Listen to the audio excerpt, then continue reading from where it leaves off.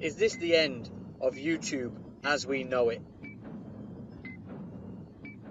After the great adpocalypse of 2017, which shook up the foundations of YouTube, which has been stable for a long time, the dust had just about settled.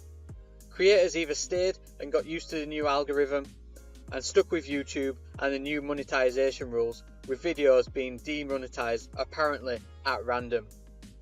Or others simply moved on to other platforms to express their creativity. The big winner here was Twitch, who many now see as being far more a content creator friendly platform at the moment. So YouTube moved the goalposts and creators worldwide quickly shuffled to make their content and keep it in with the program.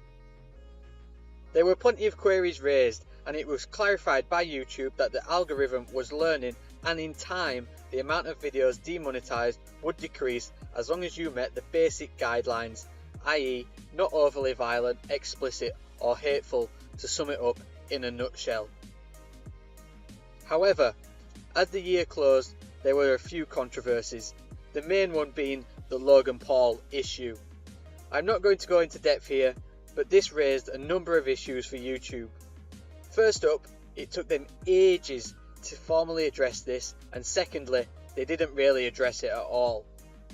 This guy still stayed active on the platform, allowing him to carry on his disgusting behaviour with his most recent outrage. However, behind all of this, and one thing I actually hate about YouTube at the moment, was this. Anybody who was anybody literally copied his hugely controversial video, posted it themselves in their own channels with minimal commentary, and sponged clickbait views off of the back of this disgraceful attempt at content. This obviously isn't a new thing, but it was quite clearly the straw that broke the camel's back for YouTube. However, it wasn't the big time YouTubers in their sights, it was the genuine, small content creators who are a very prominent part of YouTube as a whole. And this is how it was done. YouTube channels who previously met the partner threshold are being struck off the list as they don't meet the new criteria. Channels now require 1,000 subscribers to meet the partner program and be considered for ads to be shown on their channels. This was clearly meant to stop and sort out the issue raised above, where people were sponging off bigger YouTubers to gain disproportionate views and piggyback to make a quick coin. However, what they have done inadvertently is put a huge dent in a small content creator's world. Channels that previously made a small fee, which was just rewards for the time spent creating content, now were soon left to be with nothing. This hasn't stopped the influx of copycat YouTubers though. In fact, I think it's made it worse and more prevalent. More and more on my feed, I'm seeing content pop up where people have just copied and pasted clips or entire videos of gameplay and content from big YouTubers or even streamers. This bumps up their views, creating a negative economy, all the while without probably even asking for permission from the creator or the streamer themselves.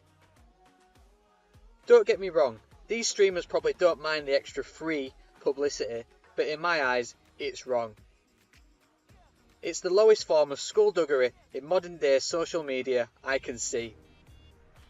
As we all know, views don't necessarily mean more subs, and from my own experience, I would say the average channel gets between 10 to 50% views based on the actual amount of subscribers that channel has, and this is generally true all the way up to the top. It's just how it is. But by removing the previous criteria of 10,000 lifetime views to 1,000 lifetime subscribers, this moves the goalposts in a big way.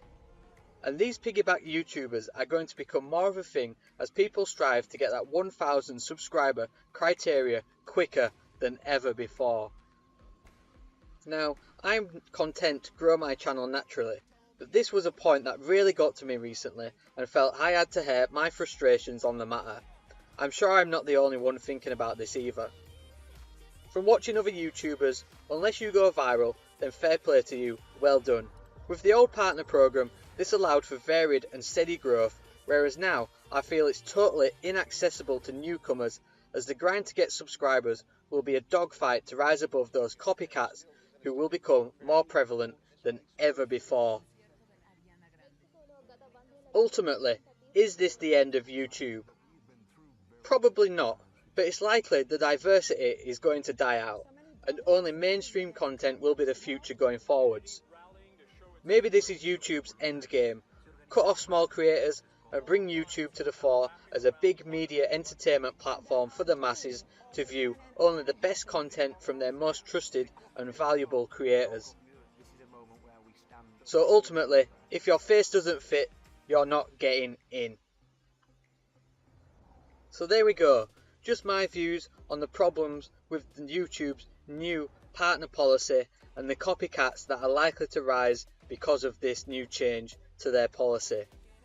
People are going to get subscribers any way that they can just to make that threshold and start making money on their channels. And it's an issue that I think this does not solve in the long run at all. Please let me know what you think in the comment section below, whether this is a good change or whether you're going to be sacking YouTube off in the future.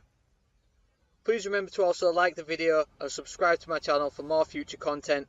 I generally do gaming videos based on Destiny, Fortnite, FIFA and any other games that take my fancy, so if that's something that you're interested in, please subscribe. Also, you can find me on Twitch streaming the most recent games, and you can also follow me on Twitter for more news and up-to-date content. Thanks for watching, cheers,